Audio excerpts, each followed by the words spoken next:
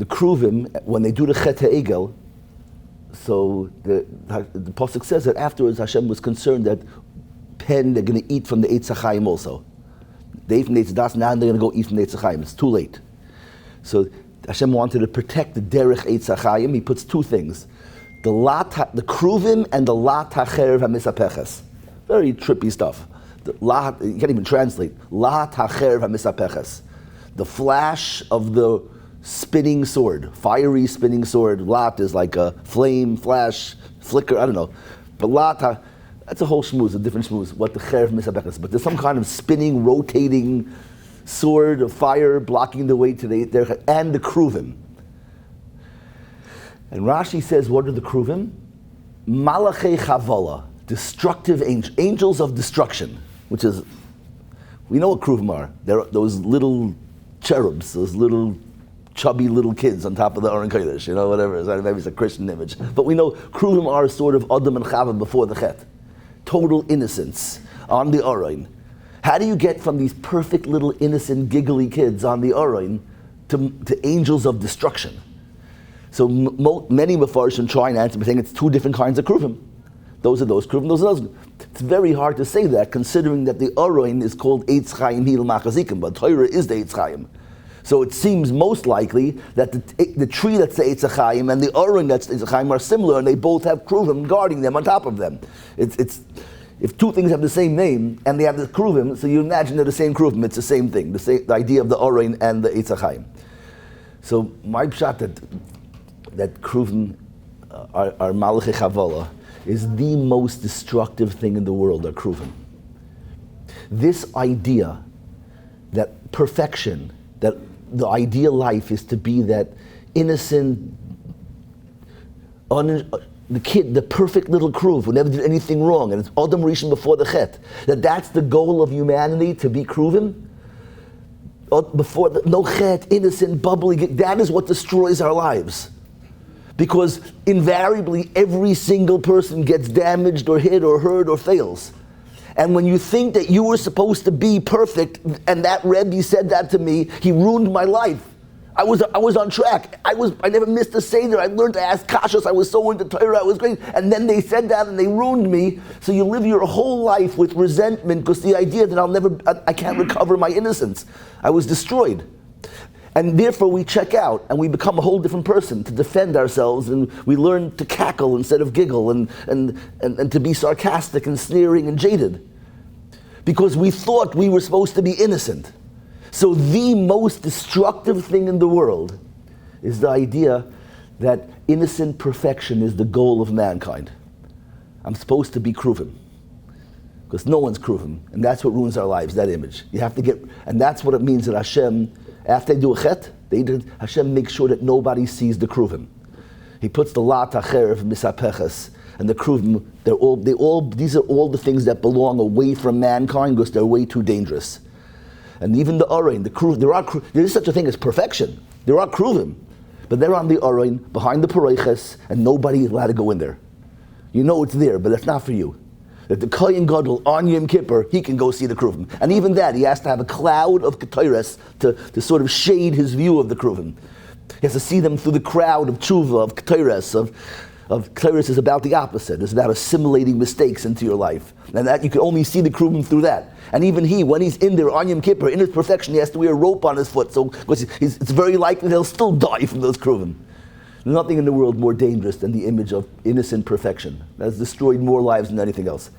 And that's a very important thing to teach kids. The goal of life is not to be innocent and perfect. The goal of life is to fall and learn how to fly again.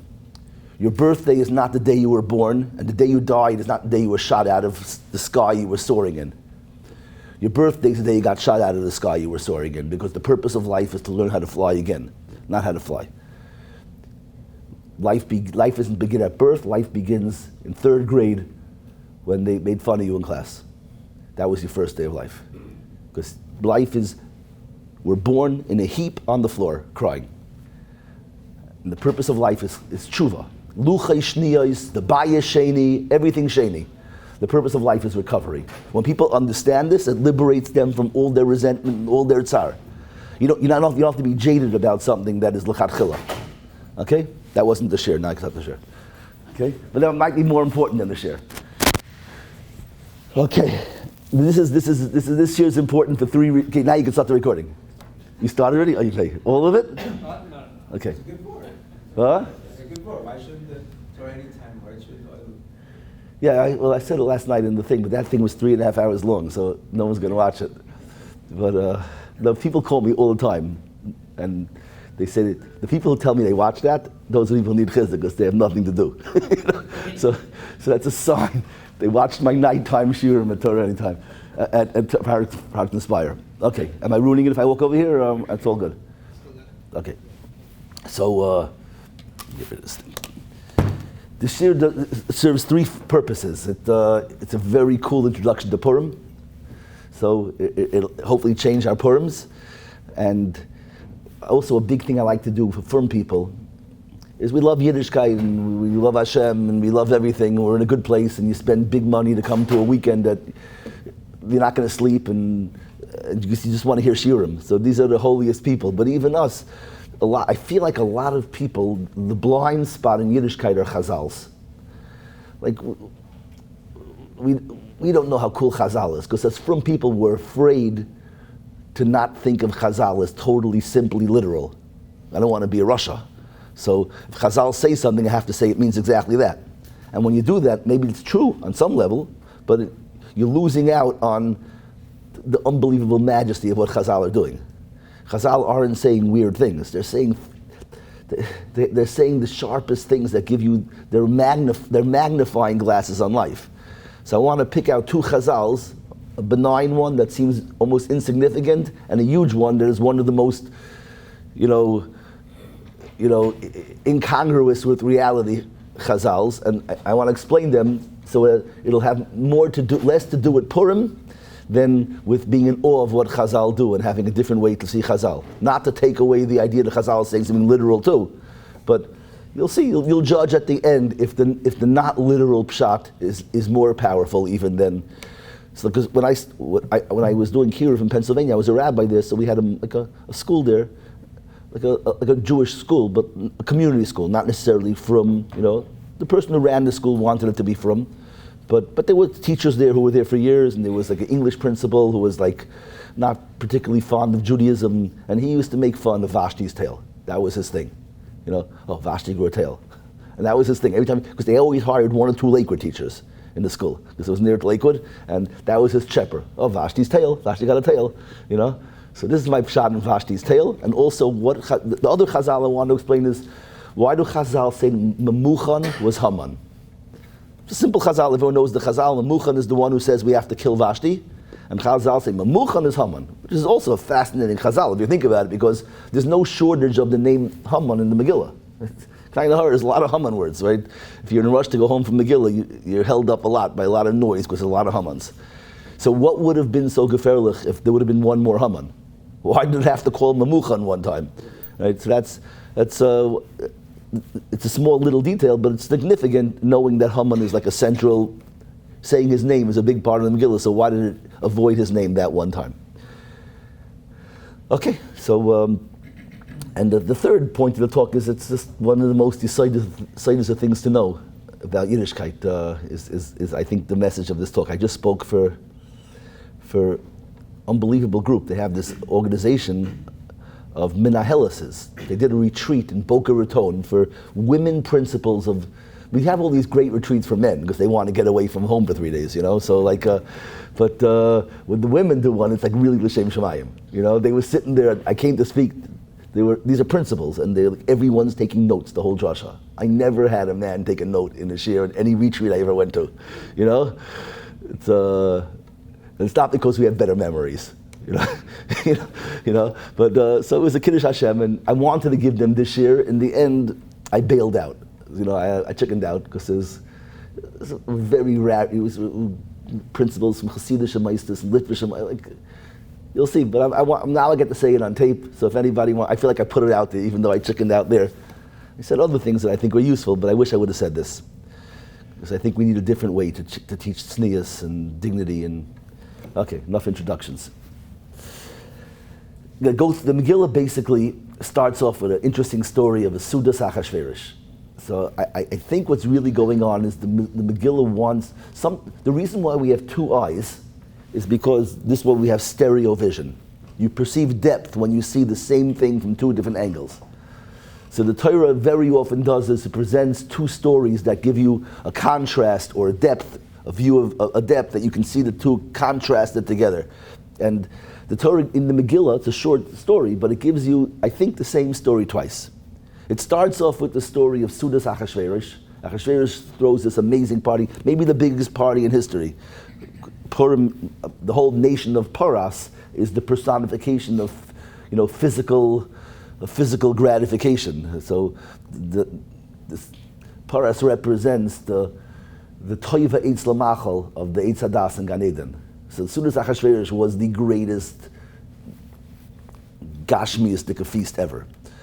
And in the middle of this feast, Vashti, Achashverosh calls his wife, who was more royal than he was, from Bavel. He calls her to come to the Suda Bekeser Malchus. Chazal say, another Chazal, that only Bekeser Malchus. Where did Chazal see that? That's another, I'll explain the three Chazals, okay? I didn't think it was also going to explain three.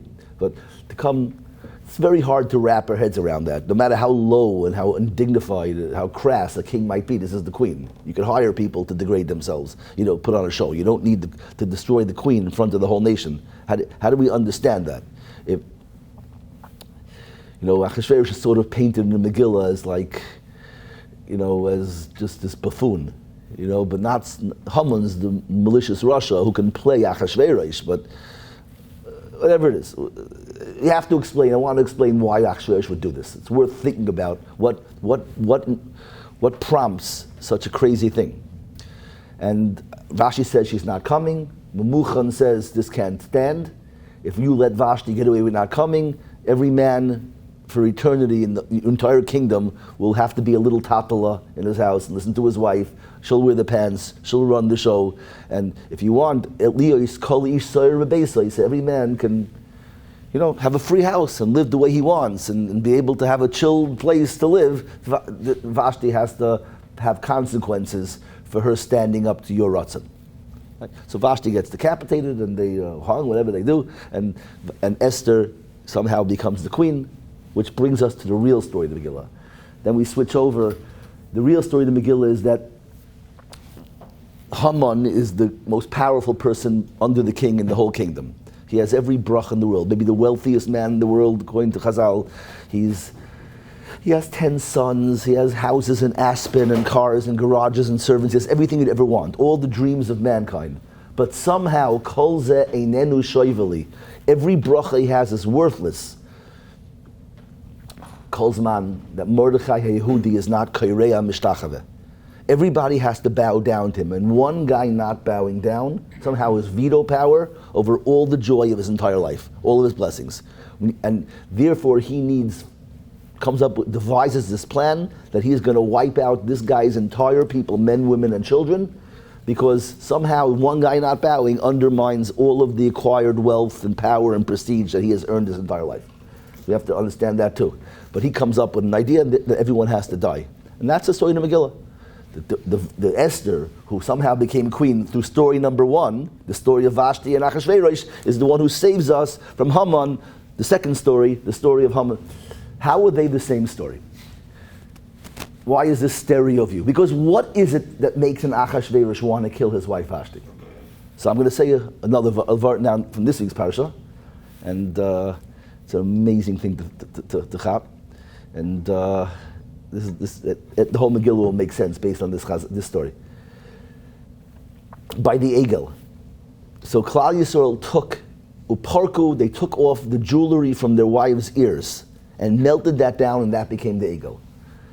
The Egel was made from the jewelry taking off their wives' ears. And the luchos were broken from that same story. He comes down, he sees this Egel made out of the jewelry from their wives' ears, and Moshe shatters the luchos.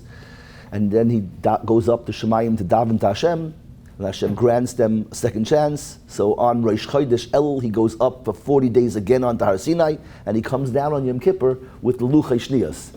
Yom Kippur becomes the day of tshuva forever, because it's the day where we're granted tshuva and a replacement Shnei Luchais Avonim Karishonim, like the first ones, we're given that on Yom Kippur, and that's the atonement for the Egel. And since that day, Yom Kippur is the day of forgiveness. And how was Yom Kippur celebrated in the times of the Gemara? The Gemara describes what Yom Kippur looked like, a little different than our Yom Kippurs.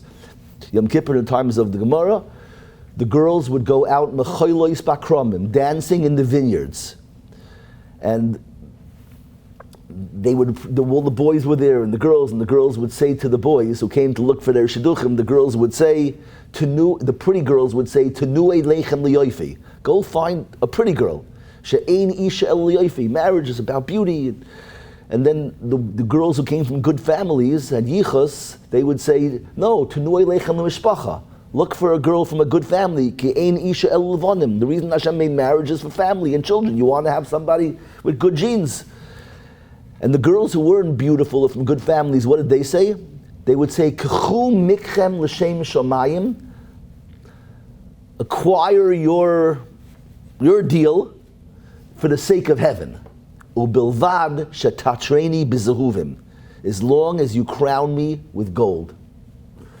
One of the most fascinating, hypocritical lines it sounds like in history. Marry me l'shem shamayim, as long as you give me a lot of gold. Meaning, you be a tzaddik, I want jewelry. That's what it sounds like. How do you explain this line? Marry me, I'm not beautiful, I don't have a great family, marry me l'shem shamayim. K'chu mikchem l'shem shamayim. It's very hard to learn it any other way. You get married l'shem shamayim, as long as you give me gold. How do we understand that? So the answer is like this, is that what was the whole Egel about? Egels is a phenomenon in everyone's lives. We experience something like a Har Sinai. Something where we have a moment where we see all the potential that we could be. But we think maybe it's over our heads. Maybe it's amazing. Wow, Torah, Klal, Eretz Yisrael, we could be an Amma Nivchar. Maybe, but I'm not up to that. We struggle with the idea of that beautiful image, and that she'ifa fits me. If I can wear that. Or is it over my head? But then you have a Moshe, you have a leader who looks at you and says, we can do this. You have a Kalev, a Yeshua, a Yasas Ha'om. You have leaders, people, and you trust them. And you go stand by Har Sinai and you're scared and you're worried, but you trust your leaders, and we go get the Torah and we're full of optimism and hope and a little worry, but we trust our leaders. And then what happens is all of a sudden Moshe's gone. And all those dreams that he gave you are still there, but you don't believe you can do it, and that's unbelievably painful. Pain is the experience of dreams and she'ifas that seem out of reach. The gap between my dreams and my expectations and my limitations, that's the definition of emotional tsar. So what do you need to do at that point? How do you cope with that tsar? So somehow you need to silence your dreams. Moshe comes down from Har Sinai, and they hear koil b'machane, noise in the machane.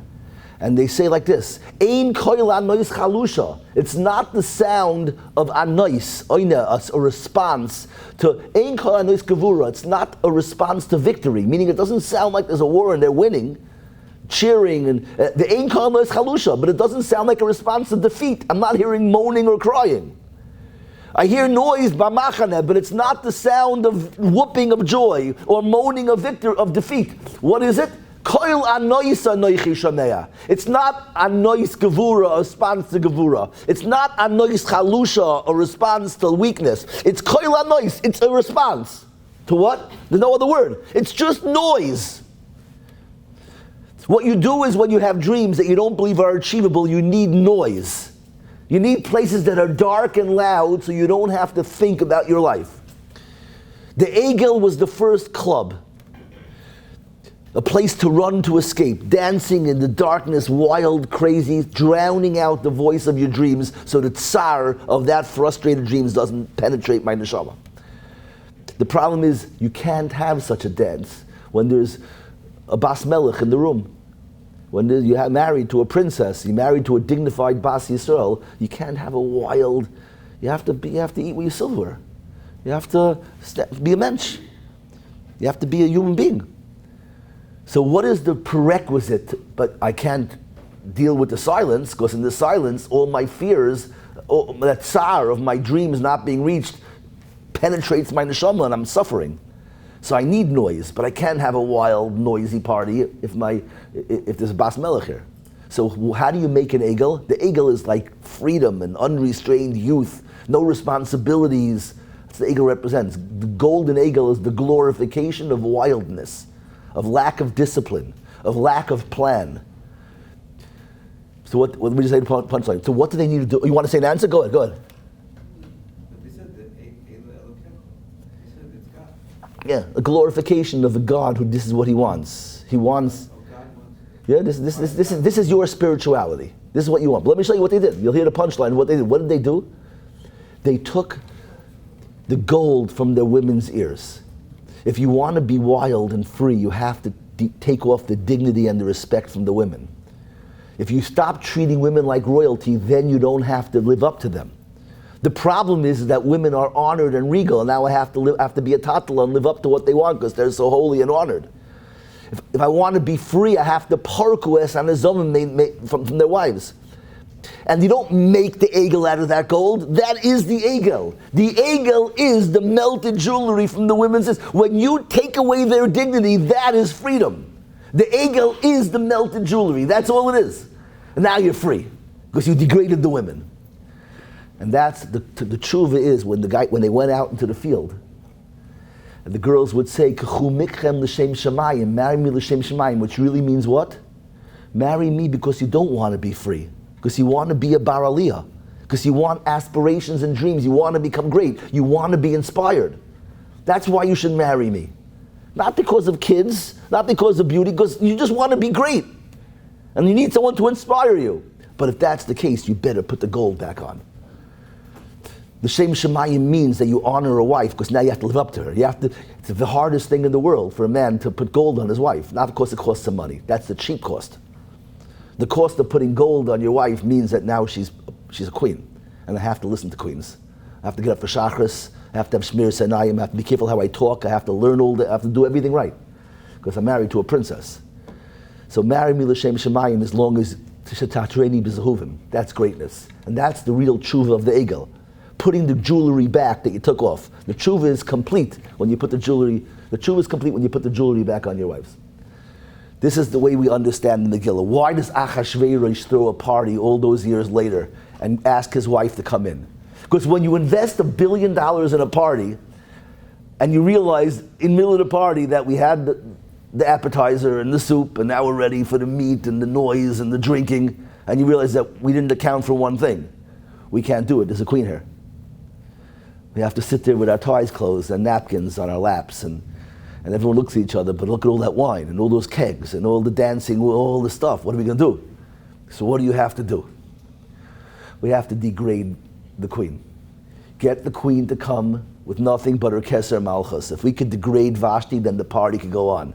If Vashti will fold, Vashti will bow, then we can steamroll, we can go on and we can have a party all night long, all month long, all week long, all year long, all life long. Vashti is the moinea, the valve that doesn't allow this party to progress beyond a certain point. So the need to degrade Vashti, this is what Achashverosh is doing. And what happens when the woman refuses to be degraded? And Vashti says, no, I'm not coming. So comes a Muchan and says, this can't stand. Every man in history is going to have to sit with a napkin in his lap, with a fork and a knife in his hand. We're going to have to be good boys. If you want to be free and live your life the way you want it to, if you want to go hide in the dark places, then Vashti has to pay the price for this. We have to show that we don't have to live up to any standard, that all the pressure is, we have to relieve all the pressure. That's the real story of Sudas Achashverosh. That's the only reason why somebody would want to degrade their wife. We need to degrade our wives. That's the story of Achashverosh. Which brings us to the big story, which is this whole story was just a setup. The exact same story. Haman Harasha has every escape in the world. He's powerful, he's popular, he has cars and prestige and honors and fawning courtiers. He has everything you'd ever want. But it's all escape. It's all just a glorified egel. And he knows that when Mordechai Yehudi is not Kaireya Mishtachara. One tzaddik is not liking me on Instagram. He's not saying, OMG, where did you get that dress? Which restaurant is that? I posted everything. Everyone's saying how cool. I live my life through the jealousy in their eyes. And then one guy is not. Hahin am levadod yishkoin uvagoyim lo yischashav. One nation who's not nispal. They're not buying our games. They have their eye on the ball. They know it's real, and that ruins your entire buzz. The whole trip is worthless. Kol zein in the shoiveli. Because what a woman is to a man is what Klal Yisrael is to the Ummah Yisraelim. It is exactly the same dynamic. So Haman says, we have to kill this guy. Why not him? Because it's the whole Jews who are like this. They have real goals and real dreams. Maybe things that I wanted when I was 6. But that's a long time ago, and now I moved on, and now I found hiding places, and the whole world is my club. I can hide anywhere. I'm powerful enough that everything goes my way, and I never have to think about my dreams. Until I come to the courtyard of the king, my own kingdom, and there you have Mordechai won't bow. He ruins every single thing I built in my life. He's shining a flashlight in my dark little corner and blinding my eyes with his beauty. So I have to wipe them out. Anoshim, Noshim, Bataf. Everybody has to go. That's Haman. And that's why Chazal say that Muchan is Haman. Maybe Muchan isn't Haman. It's Muchan and it's Haman. What Chazal is saying is that the guy who needs to destroy women is the same guy who destroys Jews. What Jews are to the world is what women are to men. We think the guy is knocking people who want to wipe the smile off the Jew's face and that's a Nazi. Everyone knows they're Rishayim. But when you go home and you nitpick on your wife because you want to find a flaw so that you can chill a little bit, I'm a tzaddik. No, you're Haman. Everything you understand about Nazis is identical. The guy who needs to degrade women is exactly the Nazis. It's the same drive. The need to silence inspiration. Memuchan is Haman. Memuchan is Haman. It's the same guy, the same ideology, the same mahalach hachayim, the same way to conduct himself. Is that an unbelievable chazal? The Muchan is Haman. Maybe the scariest chazal in Kol HaTorah Kula. A little benign, little cute little thing. Muchan is Haman.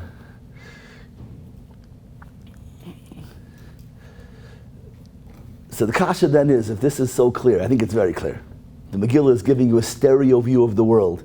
The world exists on, the same story is going on, macrocosm, microcosm. In every little house, there's a guy trying to have a Suda, and a need to degrade his malka so that the Suda can go on, and in the world the same thing is going on. The Muchans and Hamans. So then the question is, the big question, the elephant in the room, what bothers Chazal, is if that's the case, so how come they have two different endings? How come Mordechai doesn't bow, and he becomes the ruler of the whole kingdom? He walks around, Tchilas, V'Agama, everything, he's like almost like the king. Kocha Yesel Ish. Asher HaMelech Chafetz Bikarei. He was willing to honor, he's not degrading, so he gets the honor. HaBereach min HaKavod, the kavod chases after the guy who's willing to mechabed the woman, the guy who's willing to grow. So Mordechai, that's the story they told us in school. If you're going to be dignified, if you're going to be a tzaddik, they're going to be nispal, they're all going to come to the truth. But it doesn't work out like that for Vashti. Vashti says, no, I'm not coming, and somehow they're able to kill her. How come if it's the same story, so obvious, the stereo vision all of a sudden, instead of being like this, they go like that? That's a huge question, and that's what Chazal are coming to answer in these Chazals of the Megillah. How could it be, this is not what we tell the Beis Yaakov girls, we tell the girls in school, if you're going to be a tznuah, and you're going to hold firm to your dignity, you're going to inspire everybody, and they're going to treat you like $1 million, and you're going to have a beautiful house, and your kids are going to grow up in a house where your husband's going to chabad you. Sort of that whole story gets blown up by Vashti. Vashti said, no, I'm not playing your game. And they killed her.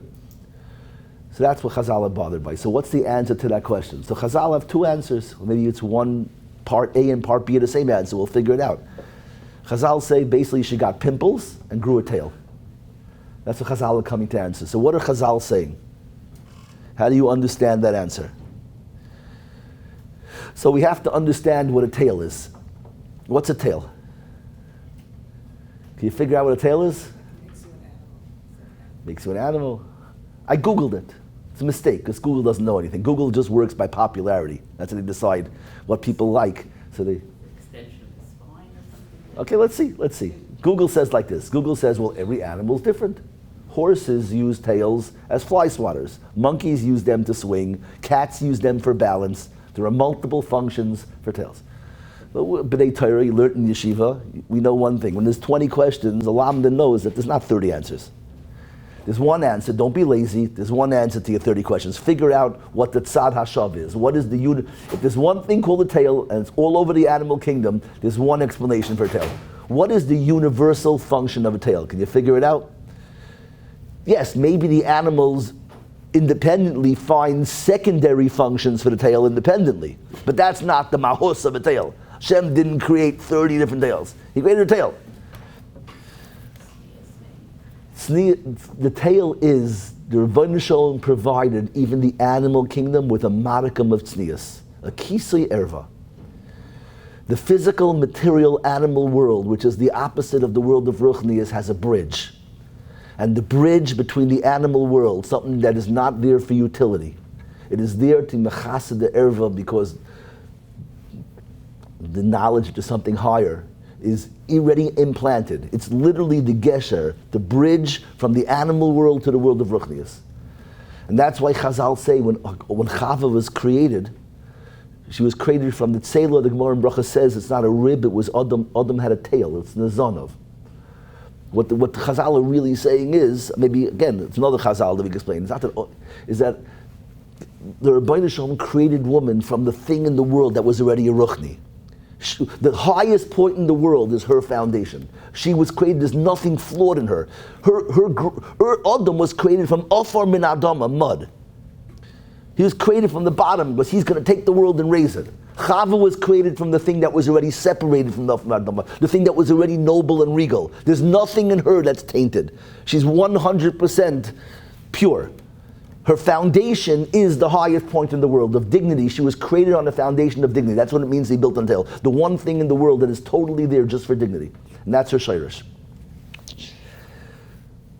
So what makes a tail, what makes that, so that is, dignity is the source of majesty, the source of power. What Chazal are saying is like this, is that yes, your kasha is an amazing kasha. It's impossible for a woman to be dignified and the world not to be a spoil. And as soon as you see the dignified woman, you set your alarm clock to go to Shachris. You don't decapitate her. So what must it be? So Chazal say there must be something called fake dignity. Vashti was dying to go to this party.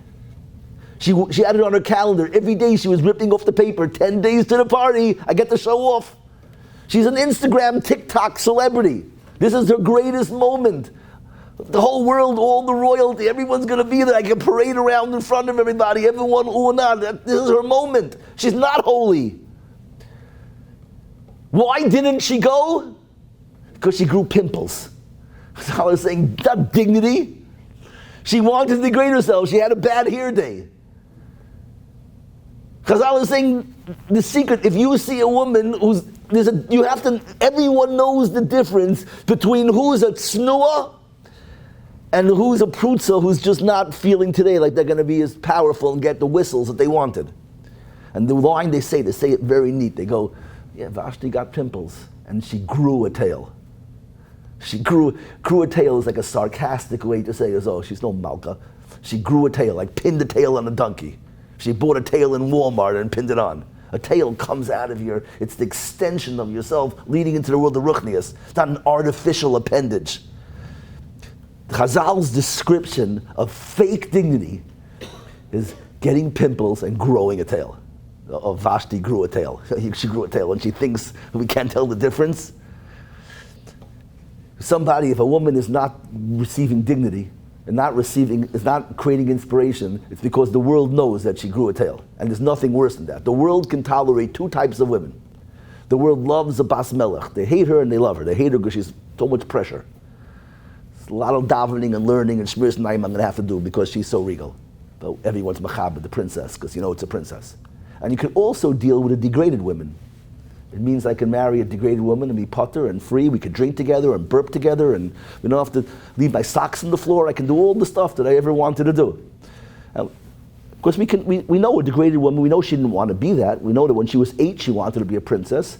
So you have awe for a princess and pity on a woman who's not a princess. The one thing you can't be soivel is a degraded person who wants the covet of a princess. That's the one thing you can't be sayil. And that's who gets decapitated. Everybody gangs up against her. You can't have pity on the person who's still demanding that everyone be in denial. And that's the story of Vashti. That's what Chazal is saying. Chazal is saying the deepest thing in the world, the understanding of the secret of what majesty is, what changes the world.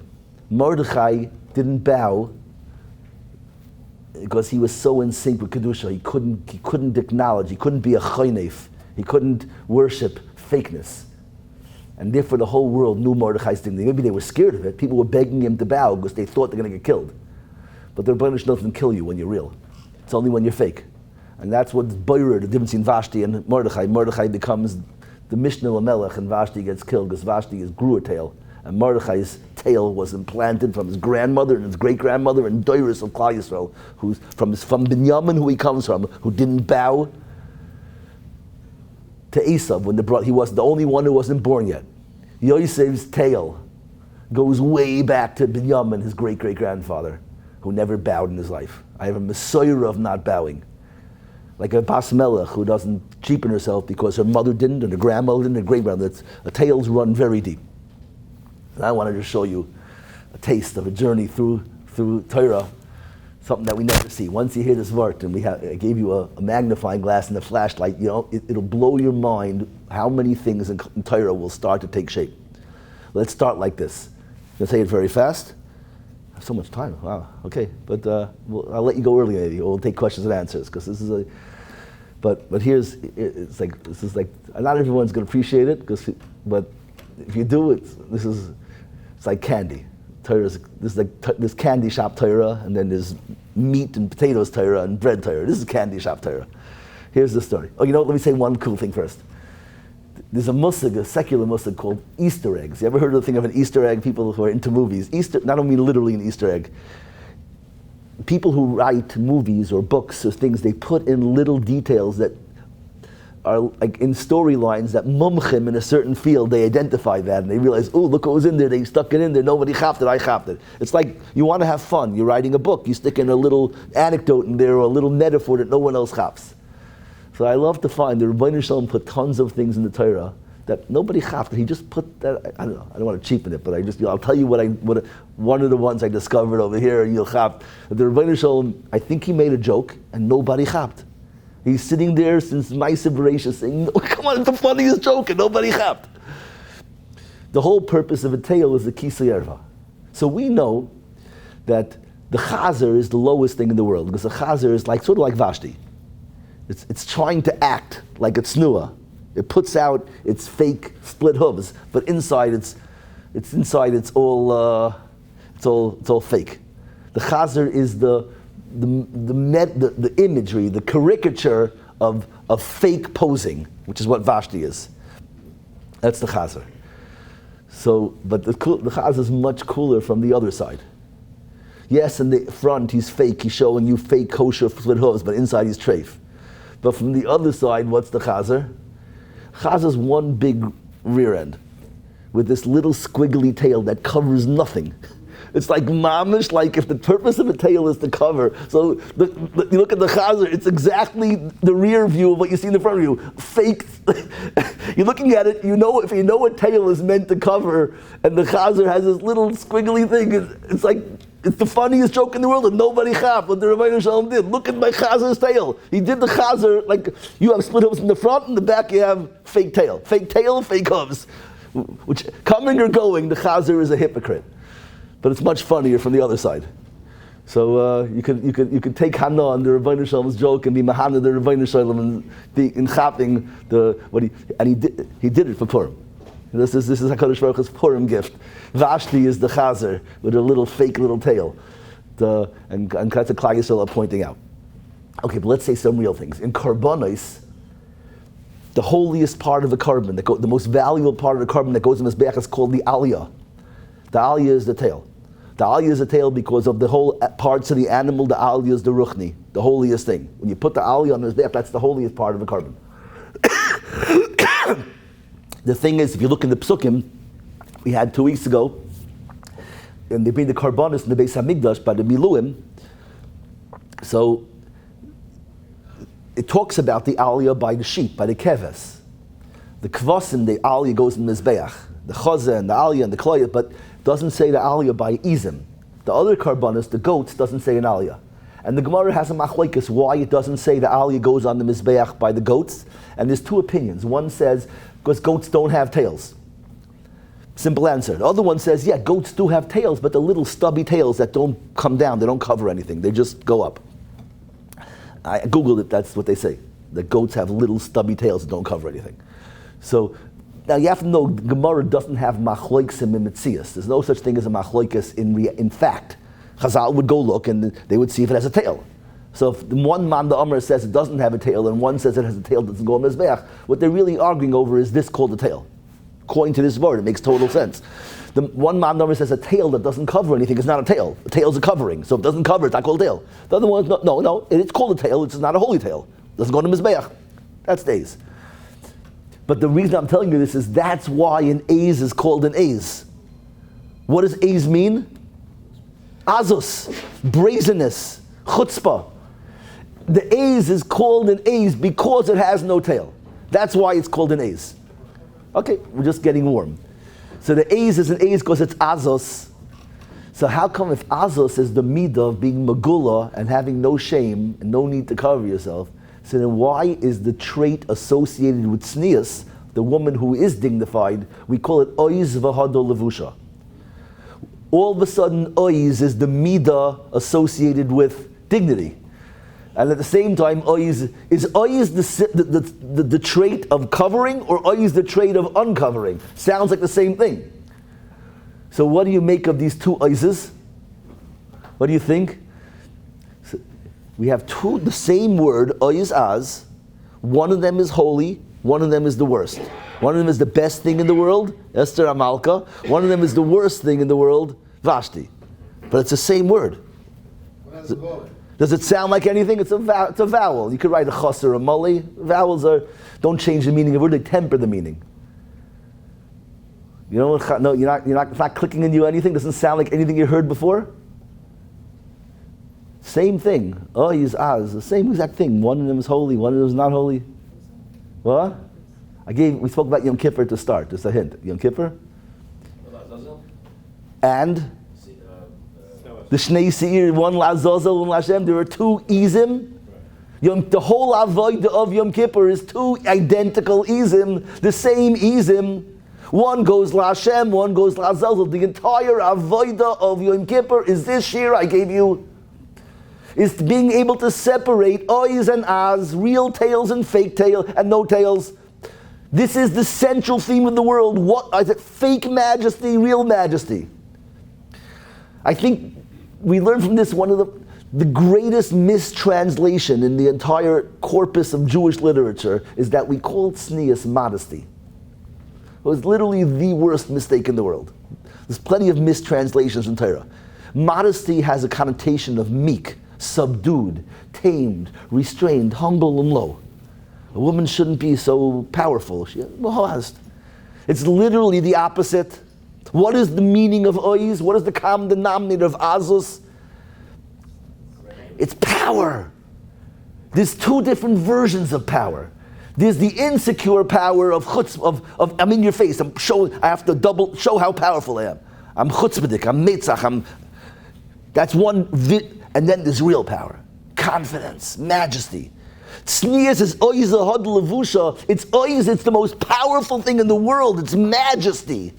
It's the most demanding, inspiring thing in the world. To call it modesty is literally missing the point. There's nothing more authoritative than tznius. It's oiz. There's oiz and there's az. I'll show you next. There's so much to do now. Yosef HaTzadik, Yaakov, Yitzchak is about to give a bracha. He calls Esav to go out into the fields and bring him some tzudali tzoida. So Rivka tells Yaakov quickly, go, bring me shnei gediyei izim. How much can Yitzchak eat already? 2 whole goats? Right? Kids. 2 kids. Okay? But shnei gediyei izim. But what does Rivka say? She says one more thing. Ve'esei Oisam, the key word is oisam, and not I will make them matamim. So what is she saying? Bring me 2 goats, and I'm going to make them both matamim. What does that mean, I'm making them both matamim? This is the source in the pasuk for my whole Torah. With 2 gdis, and there's azos, and then there's ois. Ois is good, and azos is bad. But Rivka says, no. Today I'm going to do something new. I'm going to make oisam matamim. I'm going to show that not only is ois holy, but there's something called azos diktusha. I'm going to make the other A's also holy. Because today you're going to go say to your father, Ani Esav b'chayrecha. And that's holy. The entire story of Yaakov tricking Yitzchak is azos, but holy azos. This is the story of, I'm going to make oisam matamim. There are 2 holy, there's 3 versions of A's now. There's the holy ois, which is majesty. There's the fake azos, which is brazenness, the chutzpah. And then there's the ability to be what we call holy azos. To go against the grain and say something because your eye is in the ball, you know it's holy. And even that's matam. Let me show you the coolest one of all of these now. There's so many. The brothers don't like, well listen, I'll tell you this is not the coolest one yet. The brothers see Yosef's majesty and it bothers them. He's walking around in his ksainas pasim, clothed, his ois v'hadol levusha, walking around in his, so what do the brothers want to do when they want to silence that? They take off his ksainas pasim and they, in the blood of Izim, they want to drown out the majesty of Yosef. They toivel it v'dam Izim. But here's the coolest one. In the Mishkan is the world in its perfection. It's a microcosm of a perfected universe. There are 3 coverings in the Mishkan. 3 kisui Mishkans. What are the 3 kisuyim in the Mishkan? The first one is the one that's Tcheles v'Argamon, Maisa Kruvim. The second one is called the Oyros Izim, the goat skins. And the third one is the Kisui or Tachash. It's a question what that is. Chazal say it's a colorful animal with 1 horn. What does that sound like? Yeah, it's the rainbow unicorn. It's an extinct, colorful animal with 1 horn. That was the covering of the Mizbeach. So it's good to know that this is our Messiah. But the Kisei Izim, so the way it worked, and get a little technical for 1 second, but it's really worth it, is that the way the coverings worked, the Mishkan was 30 amos long, 30 cubits long, and 10 high. So the coverings were 40. The coverings were made out of pieces of fabric, of material that were 4 amos wide, and there were 10 of them. So they combined all of them, so it ended up being 40. So 30 of the coverings covered the whole Mishkan, the roof, and the last 10 covered the back. So it was totally covered. 10 high, 30, 40 amos covers it. The Oyros Izim, the goat coverings of the Mizbeach, were 11 Uriahs combined, each one of 4. So it was 44 amos long, 4 amos longer than the Mishkan needed to be. So what happened with those extra 4 amos? We have any Bali Kriya here? Anybody who does Shnai and Mikra at least? No, that's the sides, that's the length, that's the width. I'll see the Mishkan. What happened to the Oirech?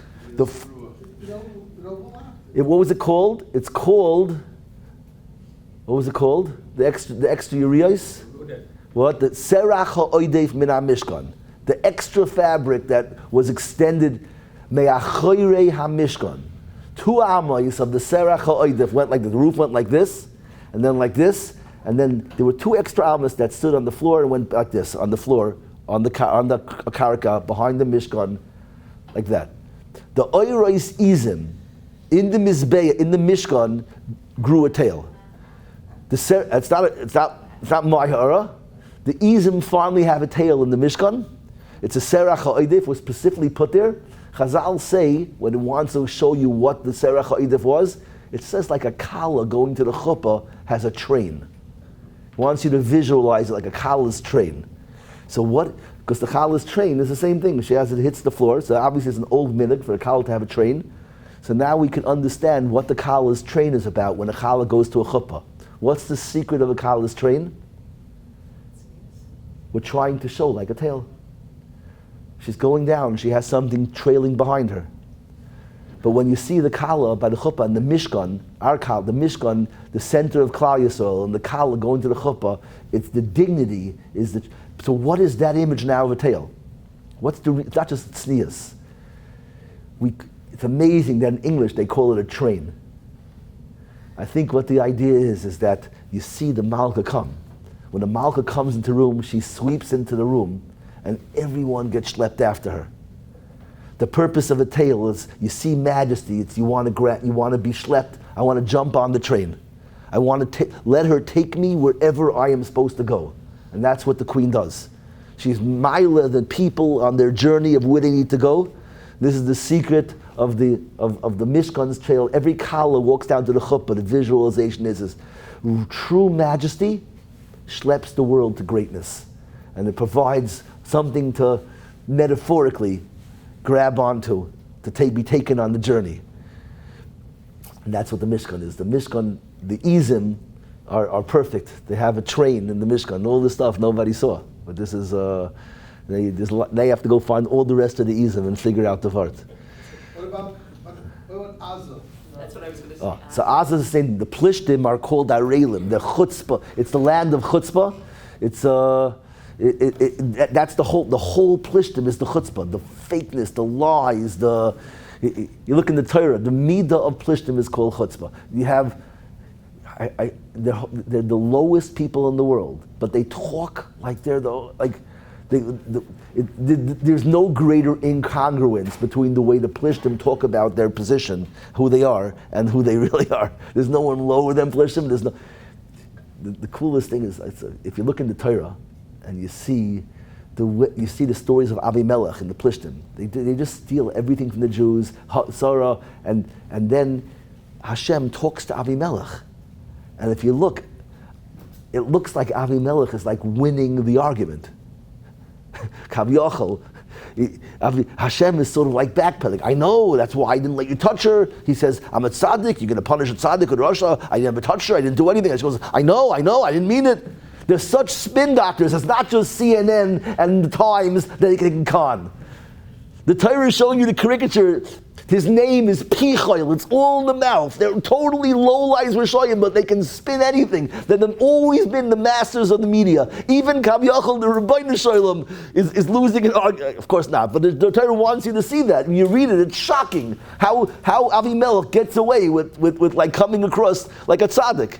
It's an amazing thing. Azza is the chutzpah.